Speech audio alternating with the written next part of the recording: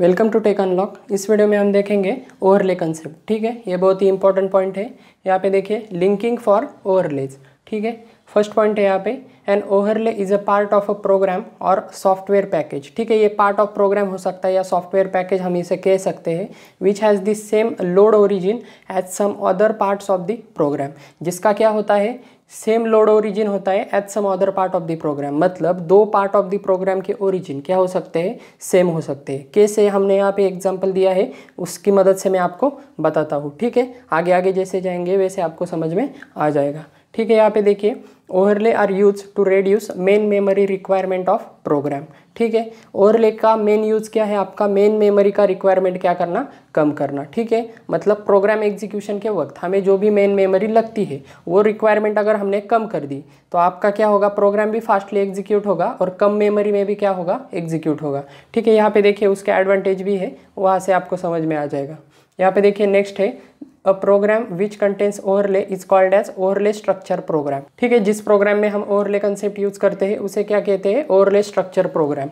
ठीक है, such a program consist of, यहाँ पे देखिए फर्स्ट है a permanently resident portion called as root. ठीक है, उस ओवरले के प्रोग्राम में, ओवरले स्ट्रक्चर प्रोग्राम में क्या होता है, एक परमानेंट रेसिडेंट पोर्शन होता है जिसे हम क्या कहते हैं, रूट कहते हैं। ठीक है, मतलब एक ऐसा पोर्शन होता है जो रूट मतलब वो कंपलसरी एग्जीक्यूट होता है। ठीक है, और नेक्स्ट देखिए सेकंड क्या है, अ सेट ऑफ ओवरलेज। ठीक है, सेकंड पोर्शन क्या होता है प्रोग्राम स्ट्रक्चर में, सेट ऑफ ओवरलेज। ठीक है, मतलब ओवरले के कितने सेट है।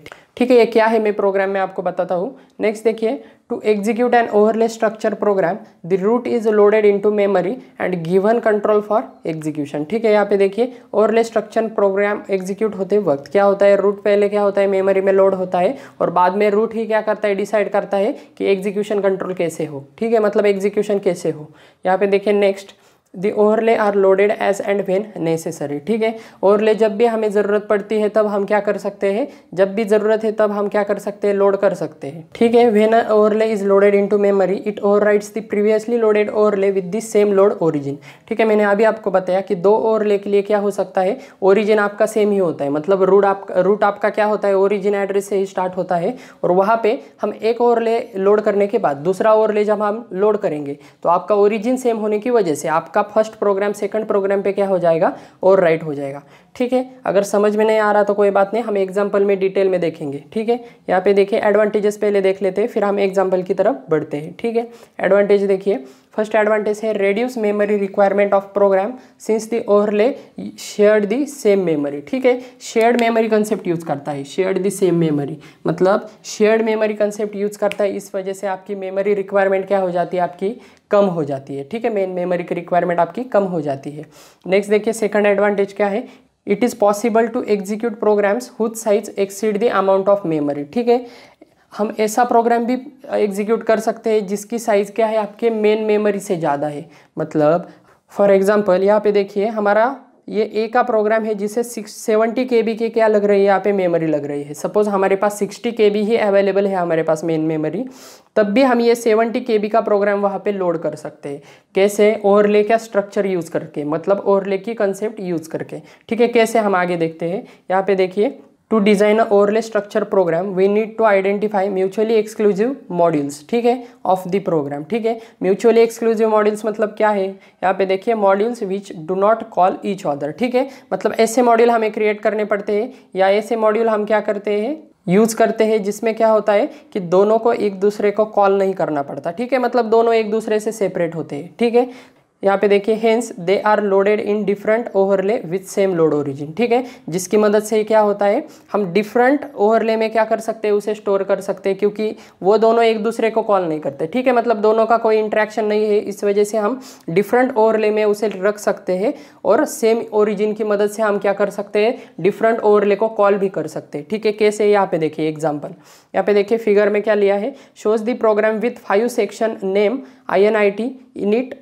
Read program A program B and print. ठीक है, यहाँ पे देखिए फर्स्ट ए प्रोग्राम देखिए, ए का पार्ट क्या है, इनिट है फर्स्ट प्रोसेस, जिस प्रोसेस के लिए कितनी मेमोरी लग रही है, 10 के मतलब 10 KB की। रीड के लिए कितनी लग रही है, 20 KB। उसके बाद देखिए प्रोग्राम ए के लिए कितनी लग रही है, 45 के। 45 के मतलब क्या है, 20 से लेके 45 के। मतलब अगर हमने यहाँ पे 45 से अगर यहाँ पे अगर हमने 45 से अगर 20 माइनस कर दिया तो कितने आ जाएंगे आपके 25 के। मतलब प्रोग्राम ए को कितनी मेमोरी लग रही है आपके, प्रोग्राम ए को 25 KB। समझ में आ रहा है। यहाँ पे 10 KB के लिए आपका इनिट प्रोसेस एग्जीक्यूट हो रहा है, उसके बाद 20 KB पे क्या हो रहा है, रीड कंप्लीट हो रहा है। मतलब रीड को भी क्या लग रहे हैं, 10 के बाद 20 मतलब 10 KB लग रहे हैं। ठीक है, 20 के बाद 45 आ रहा है, इसका मतलब 45 माइनस 20 अगर कर दिए तो क्या होगा, 25 होगा, जो किसे लग रहा है, प्रोग्राम ए को साइज लग रही है एग्जीक्यूट करने के लिए, खुद का एग्जीक्यूशन करने के लिए। नेक्स्ट देखिए 60 माइनस 45 अगर कर दिए तो आ जाएंगे आपके 15 किस लिए लग रहे हैं, प्रोग्राम बी को एग्जीक्यूट करने के लिए। ठीक है, समझ में आ रहा है। और नेक्स्ट देखिए प्रिंट ऑप्शन के लिए कितने लग रहे हैं, 10 KB की मेमोरी लग रही है। और आपका टोटल प्रोग्राम की साइज कितनी है, इस प्रोग्राम की ए की कितनी है, 70K। ठीक है, वही दिया है यहाँ पे।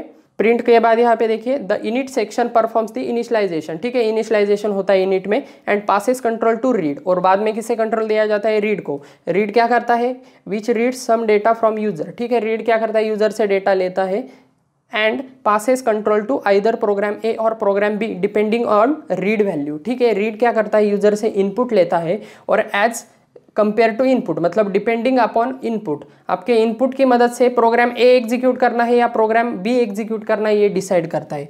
मतलब आपके रीड की मदद से आइदर प्रोग्राम ए एग्जीक्यूट होगा या प्रोग्राम बी एग्जीक्यूट होगा। ठीक है, दोनों प्रोग्राम एग्जीक्यूट नहीं होते। ठीक है, मतलब यहाँ पे कोई इफ की जैसी कंडीशन होगी, जो क्या होगी, इफ की कंडीशन अगर ट्रू होगी तो क्या होगा, प्रोग्राम ए एग्जीक्यूट होगा, और एल्स में गया तो प्रोग्राम बी एग्जीक्यूट होगा, इन शॉर्ट में अगर कहा जाए तो। ठीक है, ऐसा इनपुट हम देते हैं जिससे एट ए टाइम सिर्फ क्या होता है, एक ही पोर्शन क्या करता है, एक्टिव होता है। ठीक है, नेक्स्ट देखिए finally print is called when prints the result. और बाद में क्या होता है, प्रिंट क्या करता है, आपका रिजल्ट प्रिंट करता है। ए का अगर एग्जीक्यूट हुआ होगा तो ए की वैल्यू प्रिंट करेगा, बी का हुआ होगा तो बी का प्रिंट करेगा। ठीक है, जो भी करस्पॉन्डिंग रिजल्ट है वो क्या करेगा, प्रिंट करेगा। यहाँ पे देखिए here program A and B are mutually exclusive and can be made into separate overlay.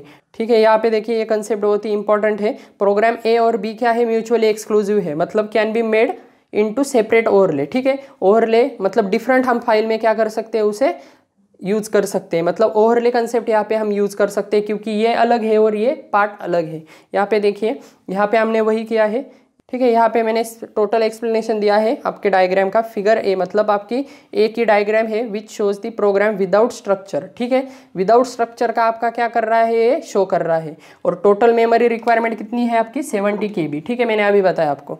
और सेकंड बी देखिए, shows the same program as an overlay structure. ठीक है, और बी प्रोग्राम में क्या किया है हमने, ओवरले स्ट्रक्चर यूज किया है। ठीक है, अब यहाँ पे देखिए इनिट, रीड और प्रिंट, ये तीनों ऑप्शन क्या है आपके रूट में आएंगे। ठीक है, रूट जो कंसेप्ट है आपकी permanent resident portion called as root, तो ये क्या हो गए, रूट में आएंगे, क्योंकि आपका इनिट, रीड और प्रिंट ये क्या है, आप आइदर प्रोग्राम ए एग्जीक्यूट कीजिए या बी कीजिए, आपको कंपलसरी लगता है। ठीक है, समझ में आ रहा है। ये तीनों पोर्शन हमने क्या कर दिए हैं, सेपरेट कर दिए हैं। ठीक है, और उसके बाद देखिए हमने क्या कर दिया है, आइदर प्रोग्राम ए एग्जीक्यूट होगा और प्रोग्राम बी एग्जीक्यूट होगा। ठीक है, डिपेंडिंग ऑन आवर इनपुट, आपके इनपुट के अनुसार क्या होगा, यहाँ पे प्रोग्राम आपका एग्जीक्यूट होगा। ठीक है, वही दिया है। और यहाँ पे कौन सी कंसेप्ट यूज की है हमने, शेयर्ड मेमोरी की कंसेप्ट यूज की है। यहाँ पे देखिए अगर हम यहाँ पे प्रोग्राम ए एग्जीक्यूट करें या प्रोग्राम बी एग्जीक्यूट करें, ठीक है, यहाँ पे कोई भी प्रोग्राम एग्जीक्यूट कीजिए, लेकिन आपको फिक्स मेमोरी कितनी लग रही है, यहाँ पे 70 KB की फिक्स मेमोरी यहाँ पे लग रही है। ठीक है, आपका इनपुट के अनुसार आपका एक तो प्रोग्राम ए एग्जीक्यूट होगा या प्रोग्राम बी होगा, दोनों एग्जीक्यूट कभी नहीं होते। ठीक है, क्योंकि आपका इनपुट के अनुसार एक तो प्रोग्राम ए एग्जीक्यूट होगा या बी होगा। ठीक है, लेकिन हमें दोनों प्रोग्राम यहाँ पे मेमोरी में लोड करने लगते हैं, इस वजह से क्या हो रहा है, यहाँ पे 70 KB की क्या हो रही है, मेमोरी यहाँ पे रिक्वायर्ड है। लेकिन यहाँ पे देखिए प्रोग्राम बी में क्या किया है हमने, ओवरले कंसेप्ट यूज की है। ठीक है, इनिट, रीड और प्रिंट ये तीन ऑपरेशन ऐसे है कि जो हमें कंपलसरी क्या करते हैं, लगते हैं। और उसके बाद देखिए प्रोग्राम ए और प्रोग्राम बी, इसके लिए क्या लगेंगे, हमें ओवरले कंसेप्ट लगेगी। ठीक है, यहाँ पे देखिए set of overlay, second portion है हमारा सेट ऑफ ओवरले। ये क्या है, आपका ओवरले प्रोग्राम स्ट्रक्चर है। मतलब आइदर आपके इनपुट के अनुसार, रीड के अनुसार आप एक तो प्रोग्राम ए एग्जीक्यूट करेंगे या प्रोग्राम बी एग्जीक्यूट करेंगे। और रीड क्या कर सकता है, यहाँ पे देखिए ओवरले स्ट्रक्चर प्रोग्राम में क्या हो सकता है, रूट लोड होता है आपके मेमोरी से। ठीक है, मतलब रूट क्या होता है, एक फिक्स मेमोरी पोर्शन से आप क्या कर सकते हैं, लोड कर सकते हैं।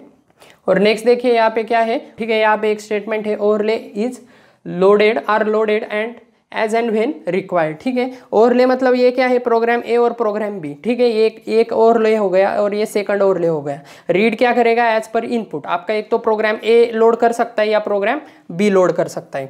अगर इनकी हम साइज निकाले तो इसकी साइज कितनी होंगी आपकी, प्रोग्राम ए की साइज होगी आपकी 45 - 20 अगर कर दिया तो 25 KB की प्रोग्राम ए की साइज होगी और प्रोग्राम बी की साइज होगी यहाँ पे 15 KB। ठीक है, समझ में आ रहा है। और यहाँ पे ओवरले की मदद से हम क्या करते हैं, शेयर्ड मेमोरी कंसेप्ट यूज करते हैं। और यहाँ पे जो फिक्स पार्ट है वो हमने साइड में निकाला है, इस वजह से यहाँ पे क्या होता है, आपके इनपुट के अनुसार, रीड के अनुसार आइदर प्रोग्राम ए एग्जीक्यूट होगा या प्रोग्राम बी एग्जीक्यूट होगा। ठीक है, समझ में आ रहा है। 30 KB की हमें फिक्स मेमोरी लगती है, प्लस अगर हमने हमारा रीड अगर प्रोग्राम ए एग्जीक्यूट करने का होगा तो 30 + 25 कितने हो जाएंगे आपके 55। तो मैक्सिमम कितनी आपको साइज लगेगी यहाँ पे 55 KB और मिनिमम आपको कितनी लग सकती है यहाँ पे देखिए, प्रोग्राम बी की साइज कितनी है 15 KB। मतलब 30 के बाद अगर प्रोग्राम बी एग्जीक्यूट हो गया तो 30 + 15 कितने हो जाएंगे आपके 45 KB। ठीक है, मिनिमम 45 और मैक्सिमम आपको इस ओवरले स्ट्रक्चर के अनुसार आपको कितनी साइज लगेगी 55 KB,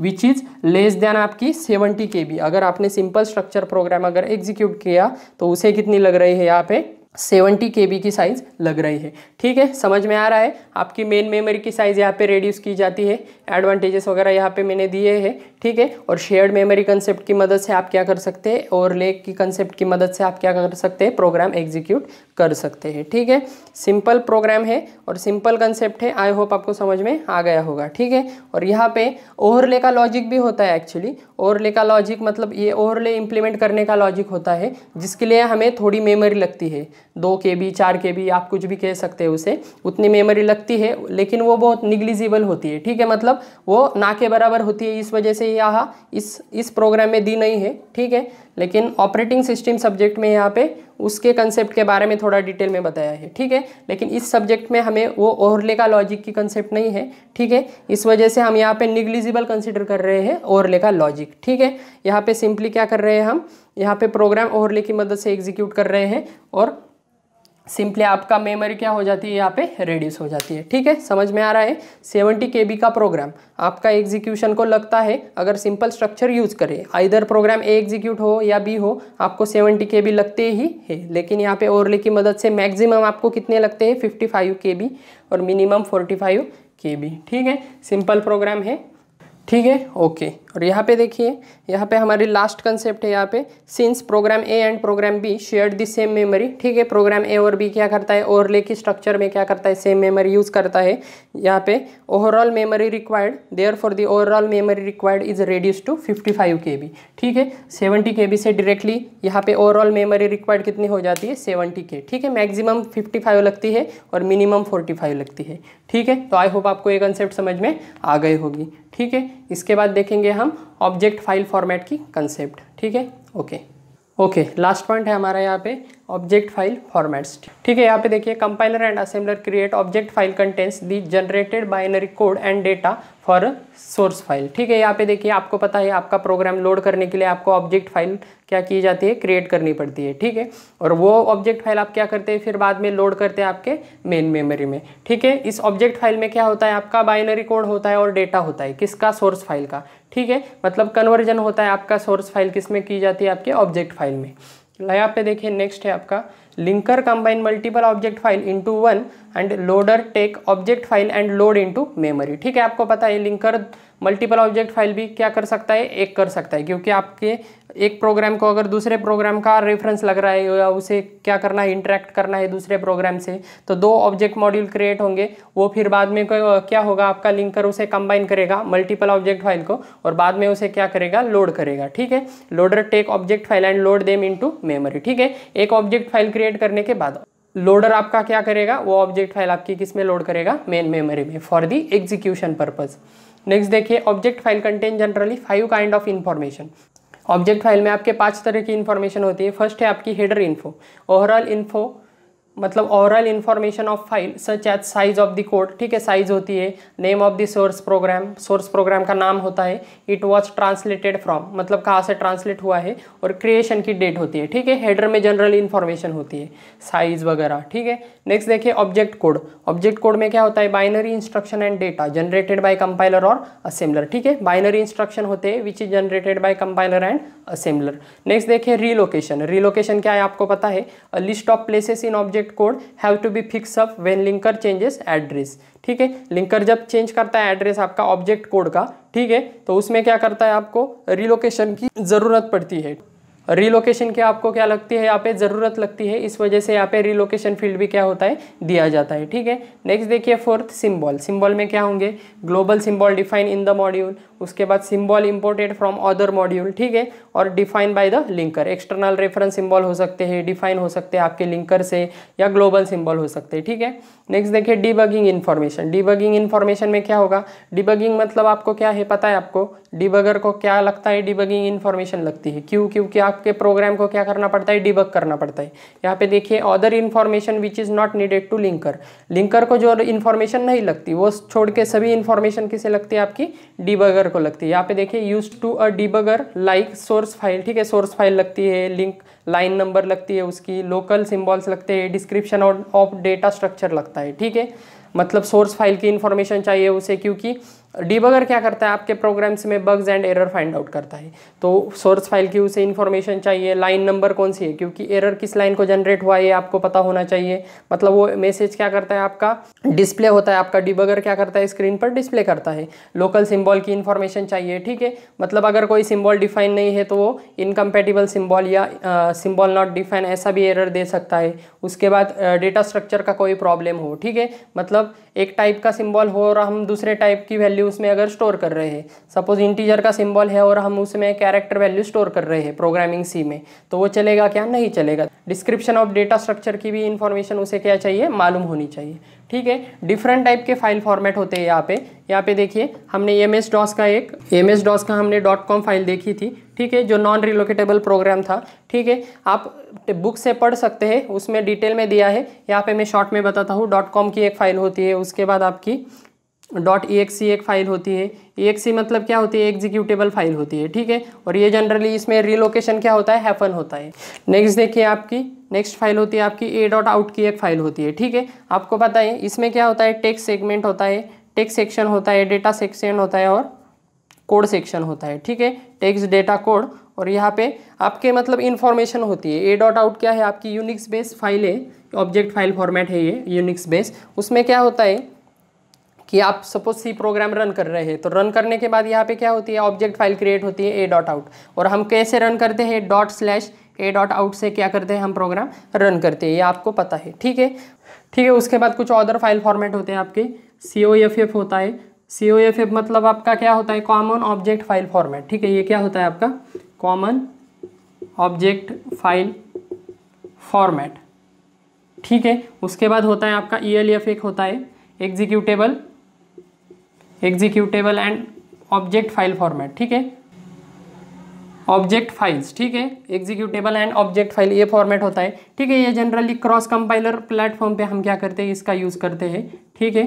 और यहाँ पे ये थोड़ा आपका पुराना फाइल फॉर्मेट है, और ELF क्या है आपका न्यू फाइल फॉर्मेट है, मतलब COF को किसने सरपास किया है, आपके ELF फाइल फॉर्मेट ने क्या किया है, सरपास किया है, ठीक है। उसके बाद माइक्रोसॉफ्ट का एक फाइल फॉर्मेट आता है, माइक्रोसॉफ्ट का आपका P आता है, ठीक है, P मतलब क्या है, पोर्टेबल एग्जीक्यूशन, ठीक है, पोर्टेबल एग्जीक्यूशन फाइल फॉर्मेट है, ठीक है। ये सब थ्योरेटिकल पॉइंट है, आप चाहे तो बुक से क्या कर सकते हैं, पढ़ सकते हैं, ठीक है। और ये सब क्या होते हैं, आपके जनरली ऑब्जेक्ट फाइल फॉर्मेट होते हैं, ठीक है। हमें सिलेबस में इतने ही है, लेकिन ये जनरली कभी पूछे नहीं जाते, लेकिन क्या कीजिए, आप पढ़ लीजिए आपके टेक्स्ट बुक से, तो आपको थोड़ी क्लियरिटी मिल जाएगी, ठीक है, कि ये फाइल फॉर्मेट कैसे है, और इनकी थ्योरेटिकल आपको मालूम होना चाहिए, ठीक है। जनरल आइडिया मैंने यहाँ पे आपको दे दी है, ठीक है। तो आई होप आपको ये समझ में आ गया होगा कंसेप्ट, ठीक है। तो आपका चैप्टर यहीं पे ओवर होता है, ठीक है। तो फिलहाल इस वीडियो में इतना ही था, थैंक यू।